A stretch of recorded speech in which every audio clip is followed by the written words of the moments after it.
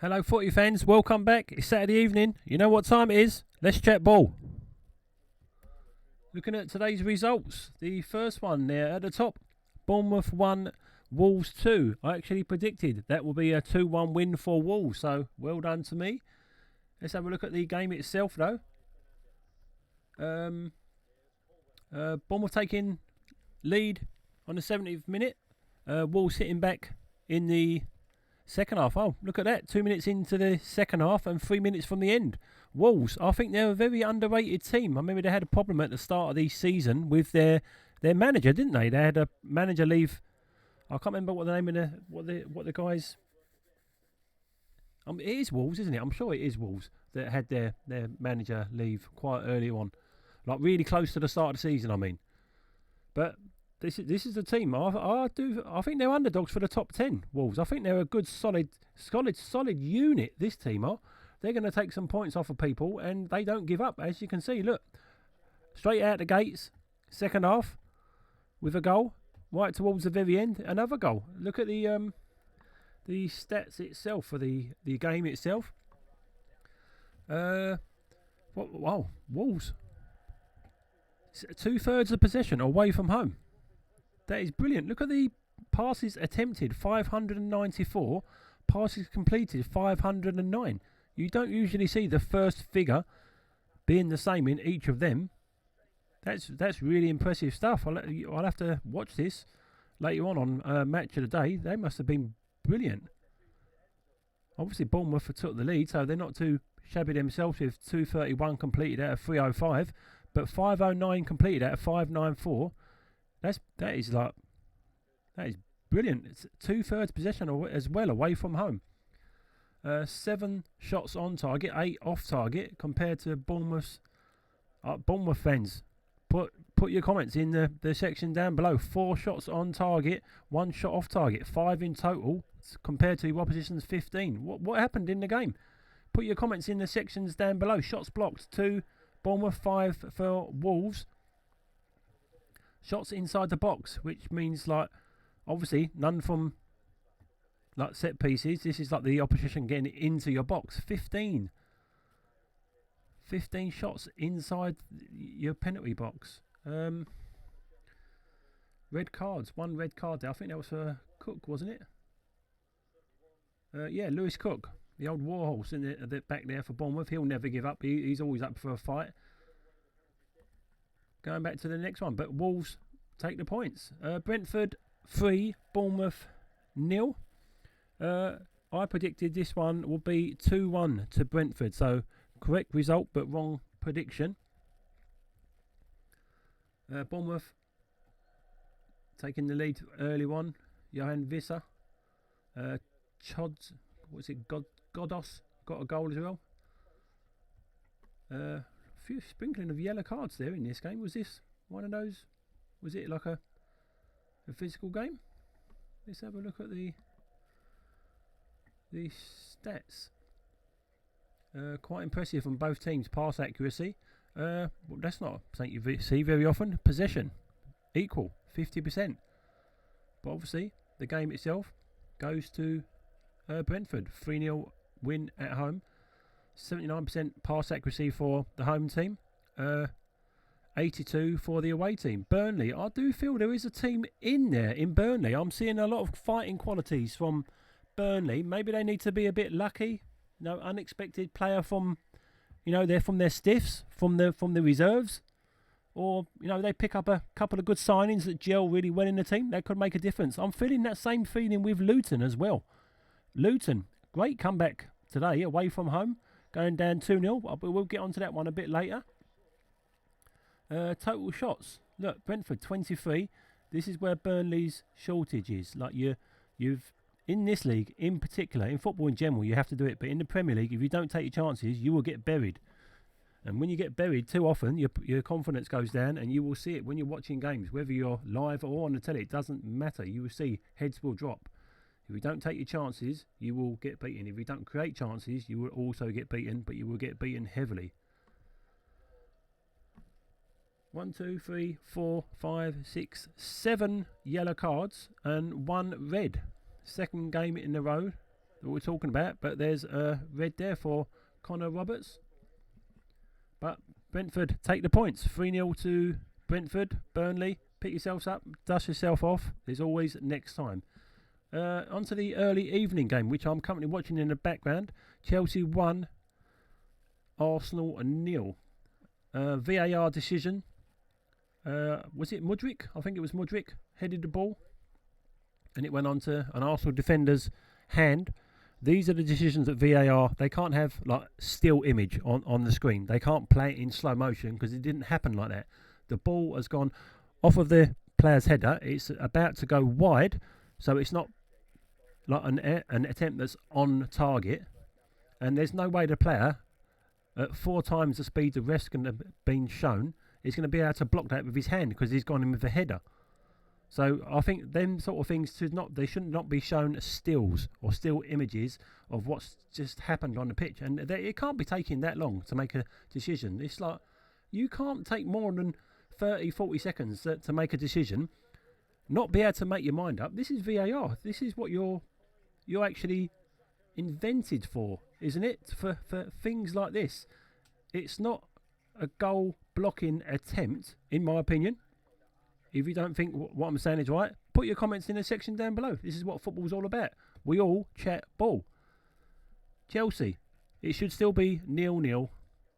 If that penalty was against you, you'd all be going crazy, just as Arsenal fans are no doubt are, because you can't make a decision based on a still image, because that gives the ref the wrong impression of the incident that's just unfolded. He should see it live speed. Once, if he wants to have another look at it twice, he has to make a decision up either on the second or the third time. Otherwise, it's not clear and obvious. That's the way that VAR should be, in my opinion. Anyway, on to the next one.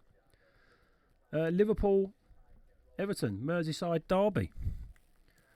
Salah, good old Mohamed Salah, the Liverpool legend, the Egyptian king. 75th minute penalty and well into injury time, 98th minute.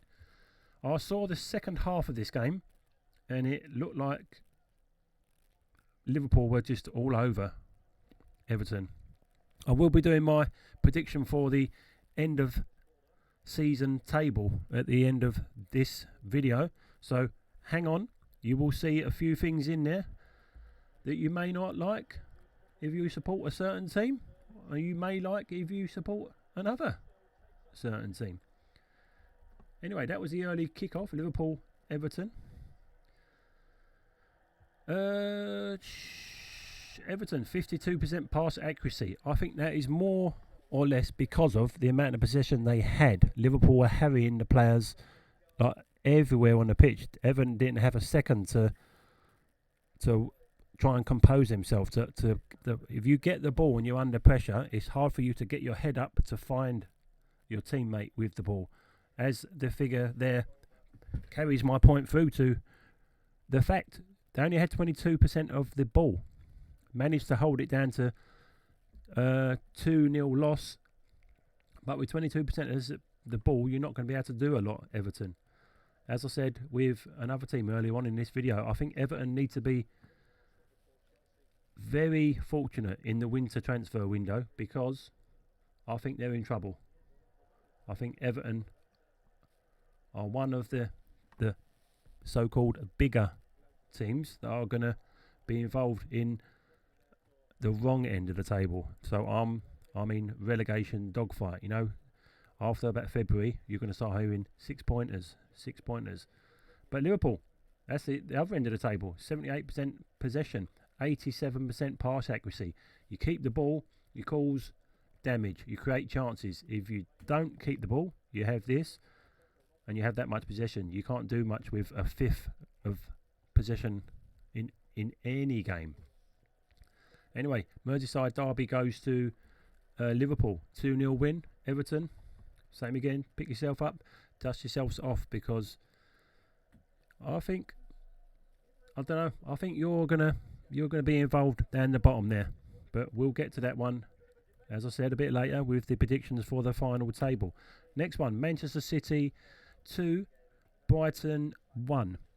I predicted this one as a 2-1 win. Man City being in third at the start of the game, Brighton being here 6th. I think Brighton are start of the season they were overachieving. They're like flattering to see. Very, very good team. Absolutely amazing in possession, even at a place like Man City. Not a lot of the ball, from what I understand, from the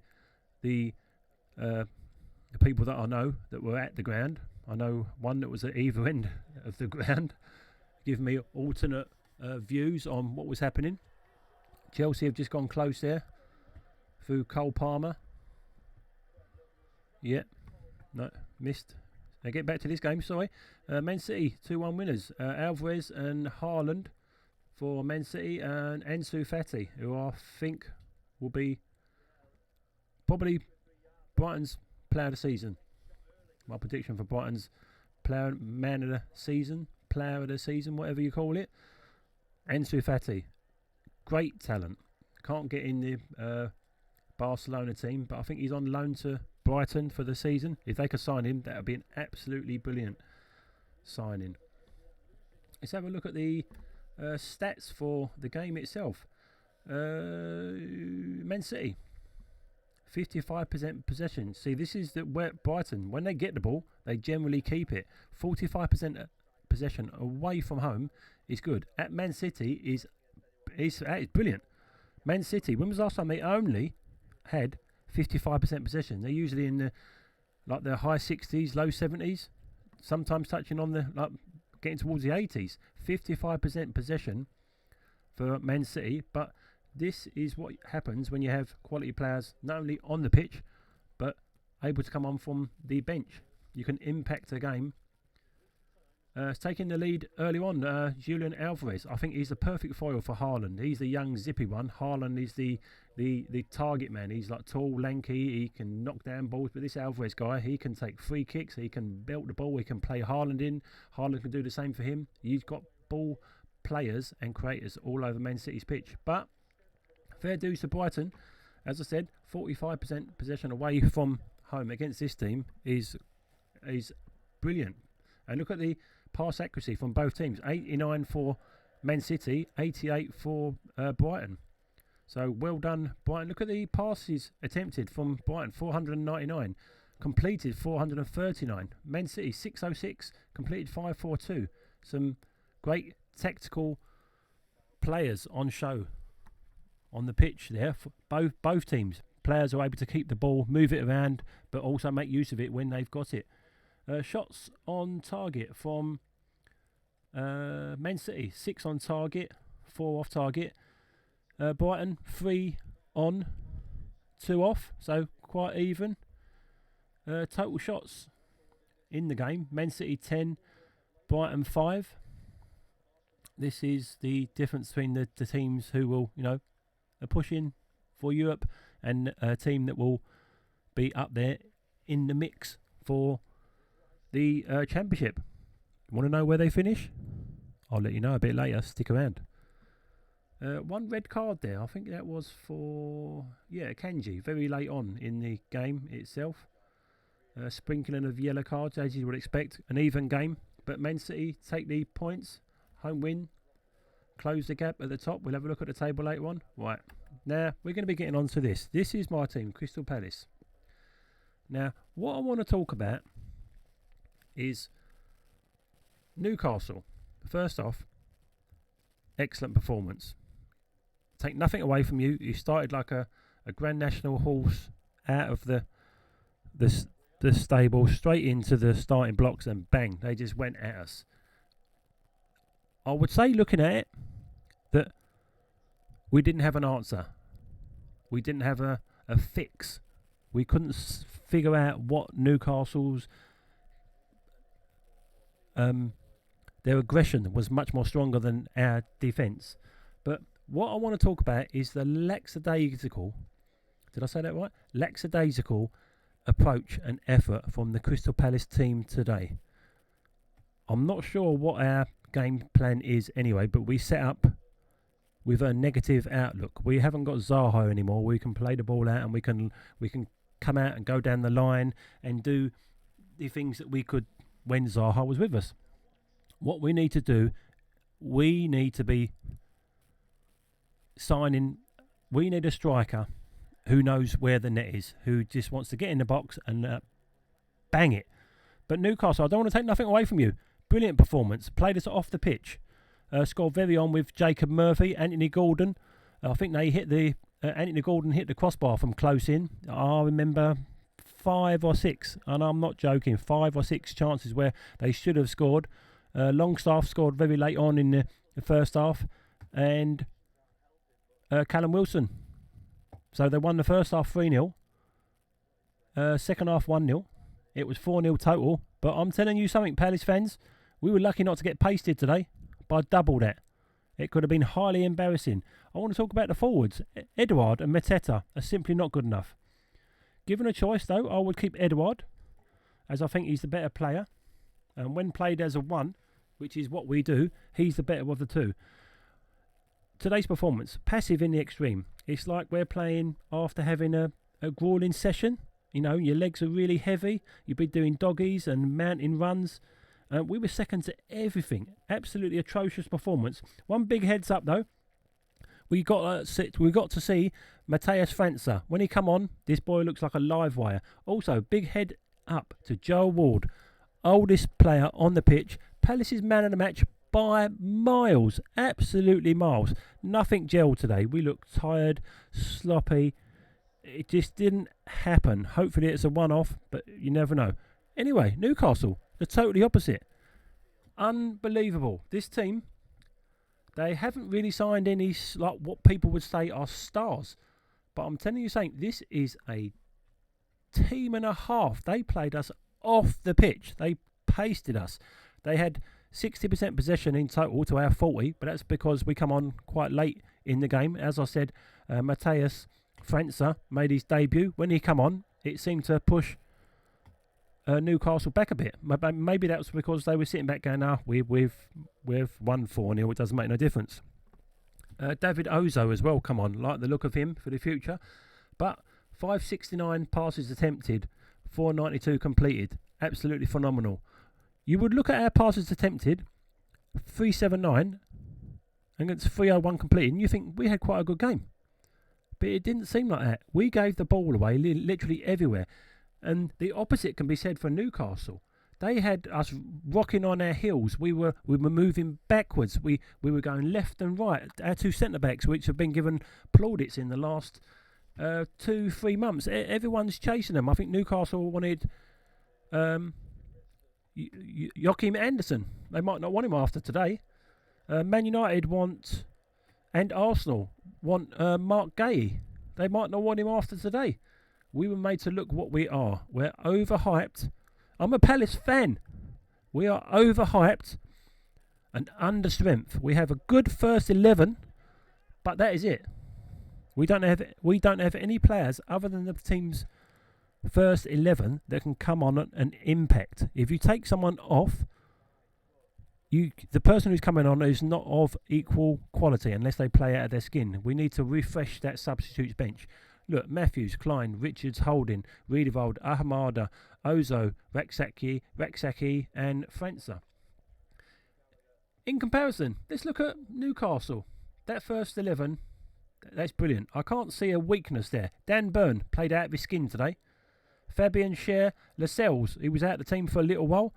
Brilliant. Guimaraes. Remember, this is all without Tonali because of the betting scandal or whatever it is that's going on. He's meant to have done something at his last team.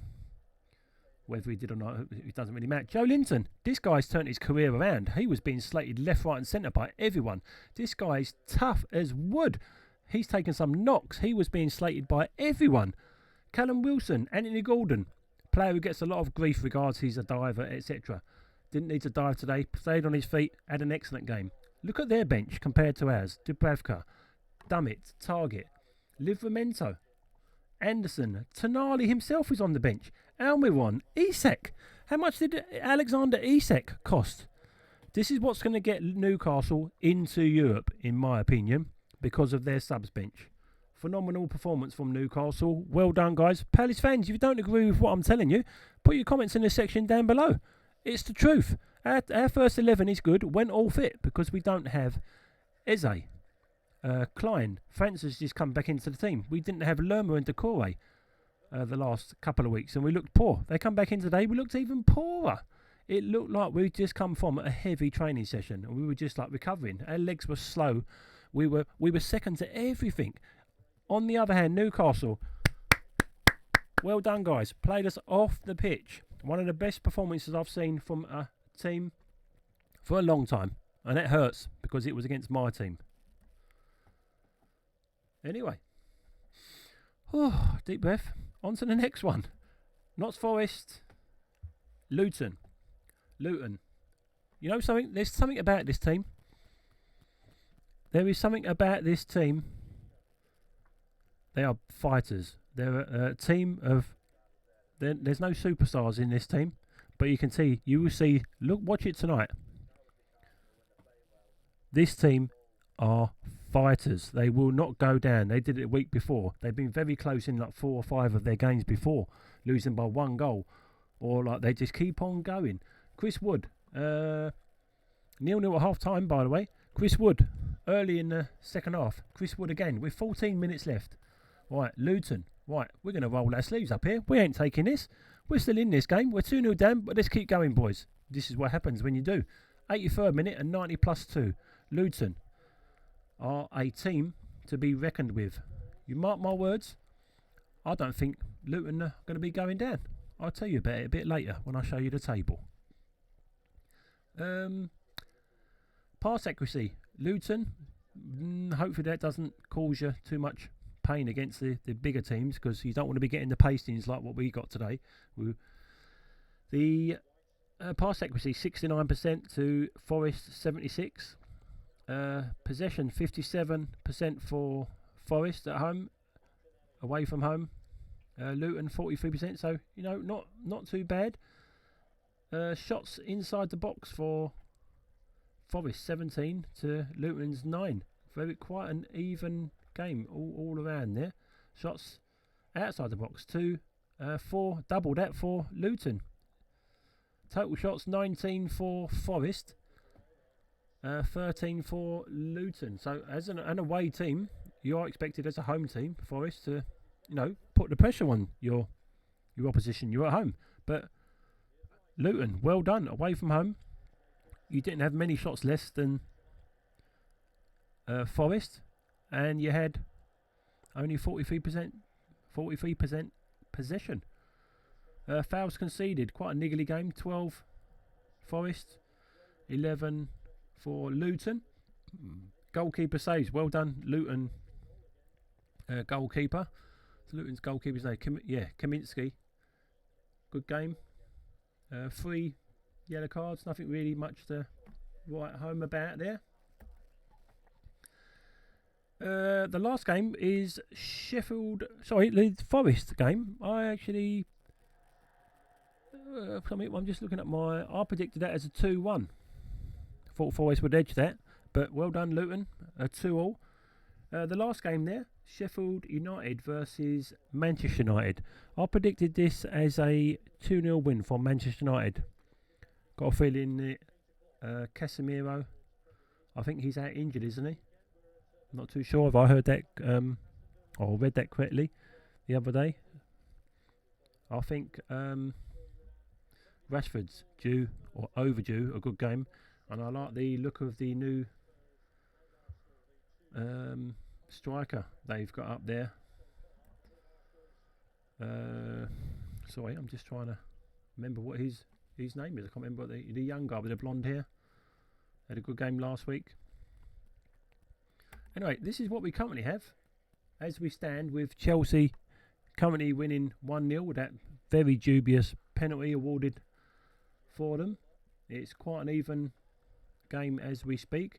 That 1-0 win as we speak takes Chelsea from 11th to 8th.